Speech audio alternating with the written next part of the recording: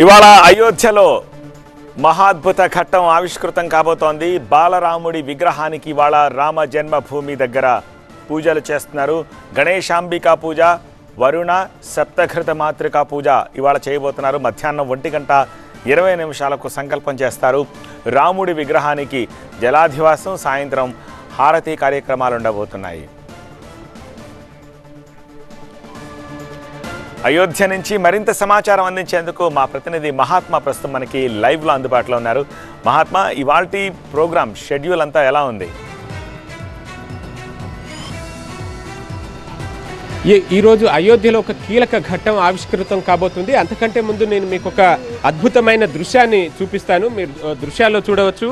TV9 screen ద్వారా అయోధ్య రామ మందిరం, రామ జన్మభూమి వద్ద నిర్మించిన రామ మందిరాన్ని చూడవచ్చు. నిన్న సాయంత్రమే ఇక్కడికి బాలరాముడి విగ్రహం చేరుకుంది. రాత్రి 7 గంటల సమయంలో బాలరాముడి విగ్రహం ఇక్కడికి చేరుకున్న తర్వాత కొన్ని పూజా కార్యక్రమాలను నిర్వహించారు. ఈరోజు నిర్వహించే పూజా కార్యక్రమాలు అత్యంత కీలకమైనవని చెప్పవచ్చు. నిన్న బాలరాముడి విగ్రహం ఇక్కడికి చేరుకోవడమే ఒక అద్భుతమైన ఘట్టం. అంటే ఈరోజు గర్భగుడిలోకి ఆ విగ్రహాన్ని తీసుకెళ్లి పూజలు నిర్వహిస్తారు. అందులో మధ్యాహ్నం 1:20 సంకల్పంతో మొదలు పెడితే గణేశాంబికా పూజ, వరుణ పూజ, చతుర్వేదోక్త పుణ్యావచనంతో పూజా కార్యక్రమాలు మొదలవుతాయి. ఆ తర్వాత మాతృకా పూజ, వసోర్ధర పూజ అంటే సప్తఘృత్ మాతృకా పూజ అంటారు దీన్ని. అలాగే ఆయుష్య మంత్ర జపం, ఆచార్యాది చతుర్విగ్రహం, మధుపర్క పూజ, మండప ప్రవేశం. ఆ మండప ప్రవేశం కూడా ఈరోజే జరగబోతోంది.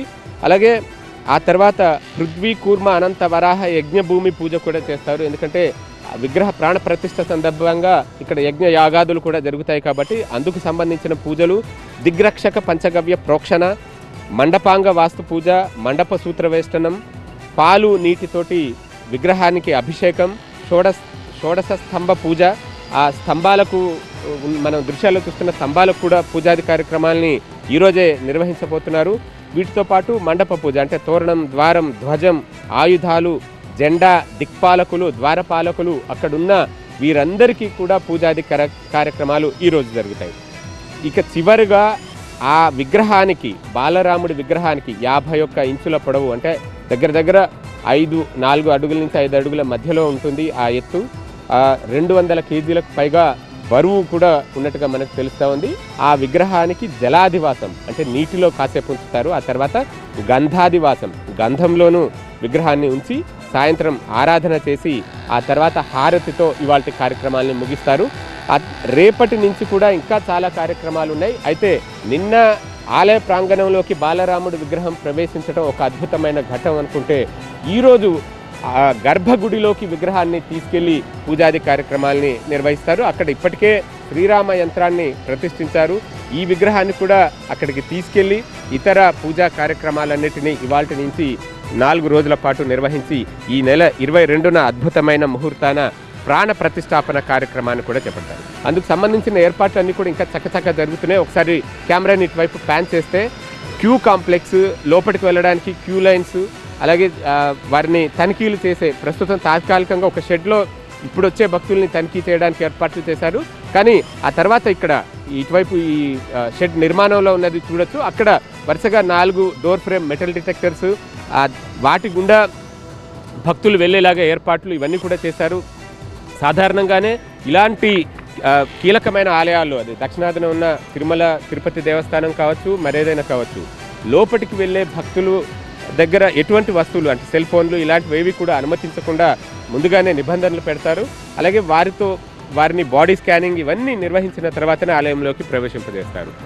భద్రతా కారణాలని దృష్టిలో పెట్టుకుని ఈ తరహా తనిఖీలు అనేవి తప్పనిసరి. ఎందుకంటే విద్రోహ శక్తులు ఏదో ఒక రూపంలో విద్రోహాలు తలపెట్టాలన్న ప్రయత్నాలు చేస్తూనే ఉంటారు కాబట్టి ఈ సెక్యూరిటీ అరేంజ్మెంట్స్ కనిపిస్తున్నాయి. అలాగే ఇటువైపు చూస్తుంటే అతిథి గృహాలు, ఇతర అంటే టెంపుల్ అంటే కేవలం రామ మందిరం మాత్రమే కాదు, ఈ టెంపుల్ కాంప్లెక్స్లో కారిడార్లో భాగంగా ఇంకా అనేక భవంతుల నిర్మాణాలు కూడా జరుగుతున్నవి.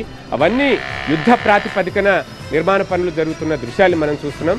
22న ప్రాణ ప్రతిష్ఠ జరిగిన తర్వాత కూడా ఈ నిర్మాణ పనులు కొనసాగుతూనే ఉంటాయి. వచ్చే భక్తులకి సౌకర్యార్థం వారికి కావాల్సిన సదుపాయాలని కల్పించే క్రమంలో భాగంగా ఇవన్నీ జరుగుతుంటాయని చెప్పవచ్చు. సో మొత్తంగా TV9 స్క్రీన్ ద్వారా తెలుగు భక్తులు ఎవరైతే ఉన్నారో దక్షిణాది రాష్ట్రాలకు చెందినవారు లేదంటే TV9 ద్వారా రాముడి ఆలయ దర్శనం అయితే చేసుకోవచ్చు. ఇదే ఆ రామజన్మభూమిలో ఉన్న ఆలయం. ఈ దర్శన భాగ్యాన్ని ఈ స్క్రీన్ ద్వారా ప్రస్తుతం చూడవచ్చు. ఏది అయోధ్యకి రాలేకపోయిన వారు ఎవరైతే ఉంటారో ఈ రకంగానైనా వారు రామాలయ దర్శనం చేసుకోవచ్చు. రైట్ మహాత్మా.